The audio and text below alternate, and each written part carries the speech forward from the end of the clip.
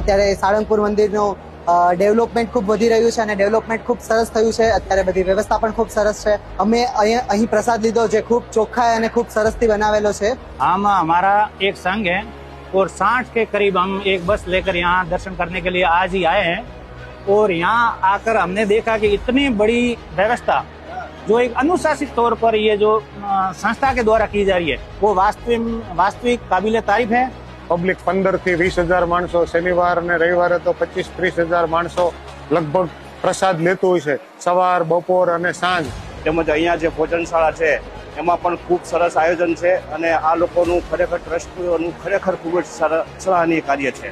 અમને બધાને બહુ આનંદ આવ્યો। बहुत अच्छा लगता है, यहाँ की व्यवस्था बहुत अच्छी है।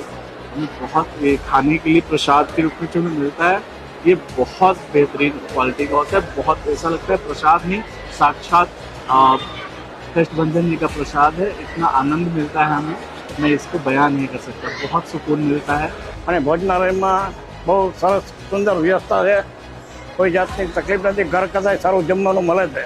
એમાં પણ જે આ ભોજન જે પ્રસાદાલય છે એ ભોજન પ્રસાદાલયમાં આટલી વ્યવસ્થા સાથે કોઈ પણ જાતના ઘોંઘાટ વગર કોઈ અવ્યવસ્થા વગર हजारों माणसों અત્યારે જે રીતે પ્રસાદ લઈ રહ્યા છે એ આયોજન ખરેખર પ્રશંસनीय છે।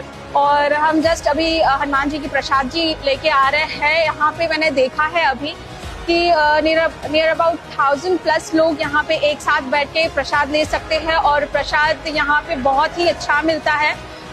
वो कहते हैं ना कि खाते ही मन तृप्त हो गया, तो बस यही अनुभव हमें यहाँ पे मिल रहा है।